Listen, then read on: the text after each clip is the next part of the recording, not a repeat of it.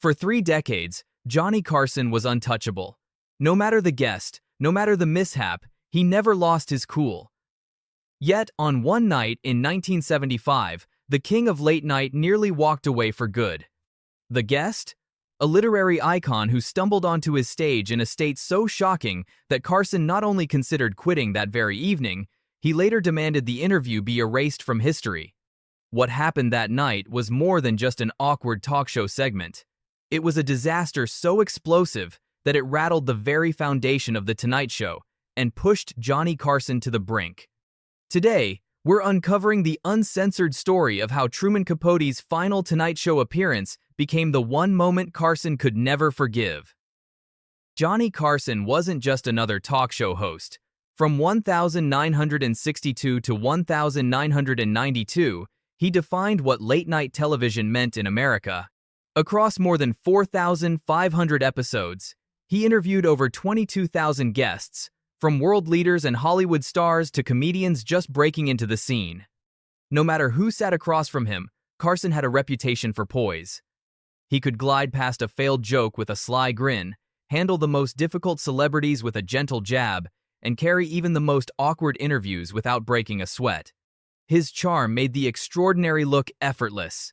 To viewers at home, it felt like there was nothing Johnny Carson couldn't handle. But behind the scenes, Carson's cool was built on control. He carefully managed his show, relied on a trusted team, and expected a certain level of professionalism from his guests. What happened in the summer of 1975 wasn't just an embarrassing moment, it cut straight to his greatest fear: losing control of the show he had spent his career building. By the mid-1970s, Truman Capote was one of the most famous writers in America. His early novel Breakfast at Tiffany's had already become a Hollywood classic, and his groundbreaking true crime masterpiece, In Cold Blood, had earned him both critical acclaim and notoriety. But Capote wasn't just a writer, he was a celebrity in his own right. His sharp wit, high-pitched drawl, and endless stories about the rich and powerful made him a frequent guest on talk shows. He was entertaining, unpredictable, and usually reliable for a memorable interview. Carson admired Capote's intellect. Unlike many celebrity guests who came armed with rehearsed anecdotes, Capote brought an air of literary sophistication to late night. For Carson, who valued the balance of entertainment and cultural credibility, Capote was the perfect guest. Their earlier interviews had been successful, filled with lively banter and clever observations. But while Carson saw Capote as witty and engaging, others saw warning signs. Behind the scenes, Capote's drinking and substance issues were becoming harder to ignore. To his fans, it was eccentricity. To those who knew him well, it was a decline in plain sight. On that night in 1975, alarm bells began ringing long before Capote walked on stage. When he arrived at NBC's Burbank studio, staff immediately noticed something was off. He was unsteady on his feet, slurring his words, and clearly not in a condition to appear live on national television. A production assistant later recalled, he could barely make it to the green room. His lawyer was practically holding him up. Talent coordinators quietly debated whether to cancel the segment, but no one wanted to be the one to tell Johnny Carson they had to scrap a planned guest at the last minute. Carson, who famously avoided his guests before interviews to keep the conversation spontaneous, was told only that Capote seemed a little tired. That understatement set the stage for one of the most disastrous interviews in television history. When Capote stumbled onto the set, Carson's eyes widened. For a split second, his composure cracked. He realized instantly that this interview was going to test him in ways he had never experienced before. What followed was 30 minutes of live television that felt like an eternity. Capote rambled, his sentences collapsing before he could finish them. He drifted from half-remembered anecdotes into incoherent mumbling. At times, he seemed to forget where he was entirely. Carson tried everything to salvage the segment. He finished Capote's sentences, shifted the conversation to safer ground, and gently redirected when Capote strayed too far. But nothing worked. Every attempt to find footing slipped away. The breaking point came when Capote began making explosive claims about the private lives of major celebrities. He named names and described scenarios so reckless that Carson instantly recognized the legal danger. He tried to cut Capote off, but the author pushed forward, refusing to drop the gossip. Finally, Carson ordered a commercial break. Off camera, his trademark smile vanished. According to crew members, he turned to his producer and snapped, "Get him out of here, now." His tone left no room for negotiation. Carson rarely let his emotions show, but that night was different. Multiple witnesses recalled that he left the stage during the break, a move almost unheard of for him. He stormed into his office, slamming the door behind him. Crew members later described him as shaken in a way they had never seen before. He wasn't just angry, one writer remembered. He was questioning everything, why he did the show, whether he wanted to keep going. It was the closest I'd ever seen him to walking away. When the program returned, Ed McMahon explained to viewers that Truman Capote wasn't feeling well, and the show quickly moved on to the next segment. To the audience at home, it looked like just another awkward interview wrapped up early. But inside NBC, the incident left shockwaves. The next day, Carson called an urgent meeting with NBC executives. He wasn't calm. He wasn't charming. He was furious.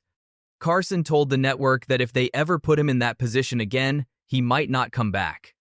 He demanded stricter screening for guests, no more letting impaired celebrities onto his stage, no more protecting reputations at the expense of the show's credibility.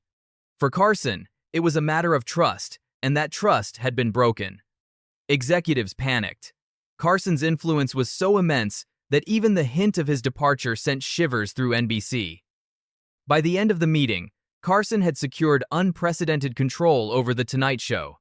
From that point on, his team had greater authority to cancel or replace guests at the last minute. As for Truman Capote, he was never formally banned, but he was never invited back. Quietly, discreetly, he was erased from Carson's booking list. Carson's anger didn't stop with backstage demands. He wanted the interview gone. In an era when most episodes were archived by NBC, Carson personally requested that the footage of Capote's disastrous appearance be destroyed. "Johnny never asked for something like that," a former archivist recalled. But he made it clear, this one could never be shown again. And so, the tape vanished. No clip shows, no blooper reels, no Tonight Show retrospectives. To this day, no verified copy has ever surfaced. Rumors persist that a private recording still exists in someone's hands, but the public has never seen it. For Carson, erasing the evidence was the only way to protect his image and the integrity of the show. For Truman Capote, the incident marked the beginning of his final decline. Later that same year, the publication of excerpts from his unfinished novel Answered Prayers alienated many of his high society friends. His substance struggles deepened, and his reputation shifted from eccentric genius to tragic cautionary tale.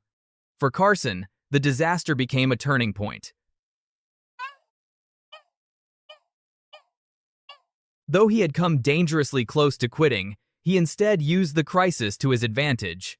With NBC shaken, he gained more control over bookings, production, and scheduling than ever before. That authority helped him sustain his legendary run for another decade and a half. The irony is unmistakable.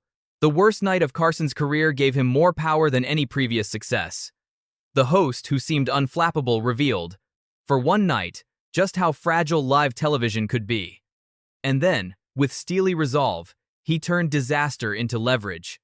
Carson never spoke publicly about the Capote interview again, but behind the scenes, he occasionally referenced it as shorthand for unacceptable risk. "Is this another Capote situation?" he would ask, and the question alone was enough to change decisions. The story of that night in 1975 adds a hidden dimension to Johnny Carson's legacy. Beneath the calm smile and effortless charm was a man who understood the precarious balance of live television.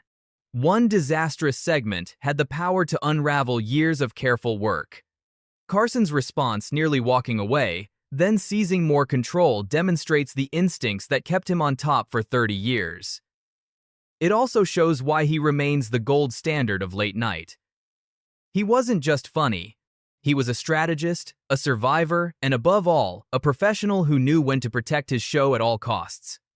And so, the most disastrous interview in Tonight Show history remains unseen, buried in the archives of memory. But the lesson it left behind is unmistakable. Even legends have breaking points. The difference is how they use them.